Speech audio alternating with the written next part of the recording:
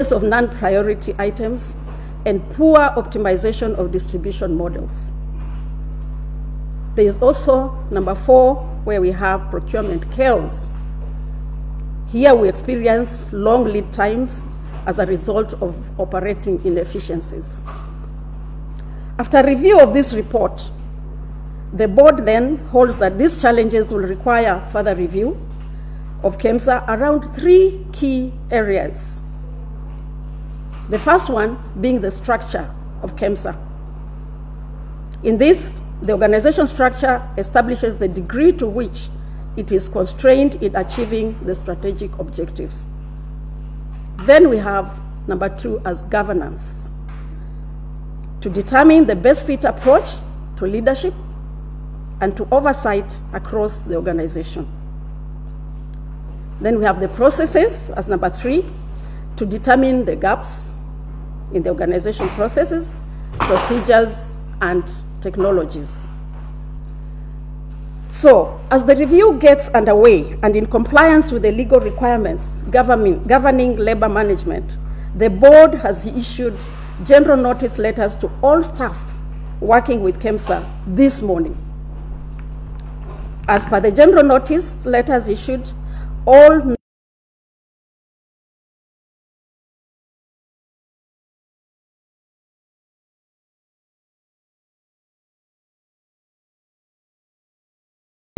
have been notified, appointed, and mobilized to ensure seamless operations in the intervening period. The board confirms that the necessary interventions have been put in place to avoid undue disruptions to service delivery and the day-to-day operations of KEMSA.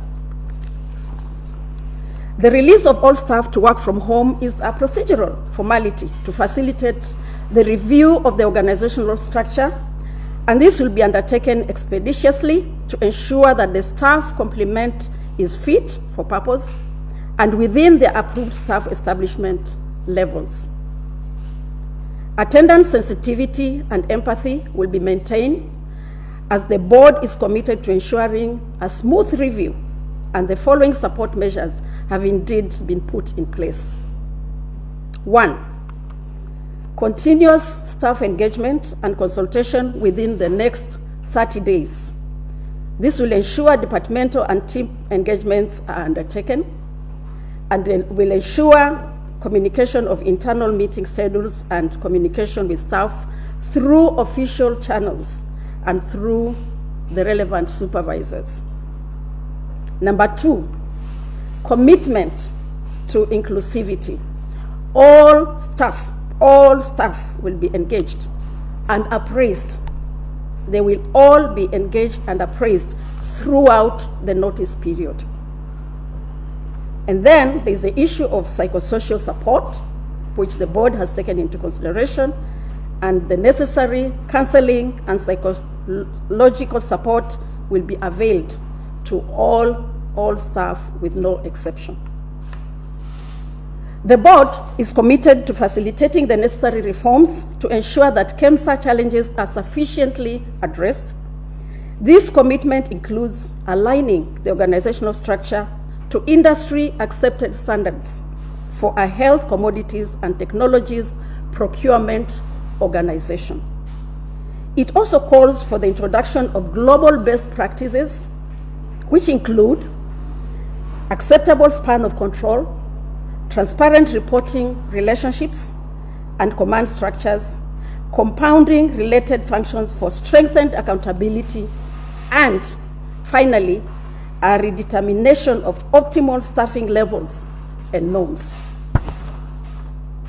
Ultimately, as the board chair, I am encouraged that the KEMSA staff, management, and other operating partners have expressed a commitment to supporting the envisaged reforms. These reforms will provide the foundation for achieving the Big 4 health goals, including the realization of President Uhuru Kenyatta's much-cherished UHC program. The board commits to provide progressive updates on the reform milestones. And this is the end of our statement as a board. Thank you, Chairperson, for the address this morning. I now move to welcome members of the media. Anyone with a question, we'll be happy to take that. We'll start with you, Sam, and we can reset. Okay. My name is Sam from Citizen TV. A few questions first. This sounds like mass sacking of the staff of KEMSA. Probably if you could tell us the current staff establishment of KEMSA, and as you go through the process, how many will be affected? And in the meantime, who will be doing the work of those that are leaving?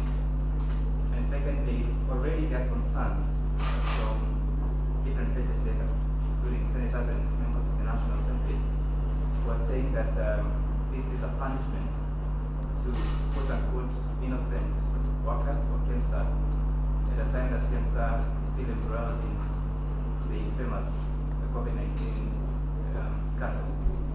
How do you respond to that, even as they threaten to take matters to court, even as you steer this reform agenda?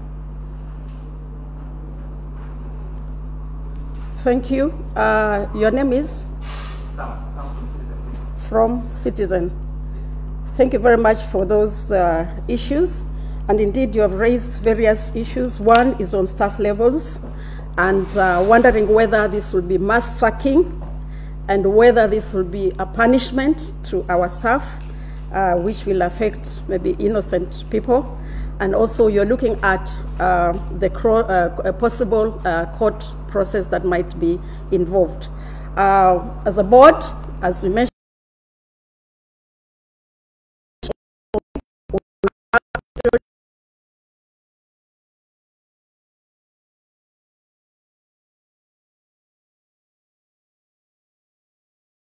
levels, and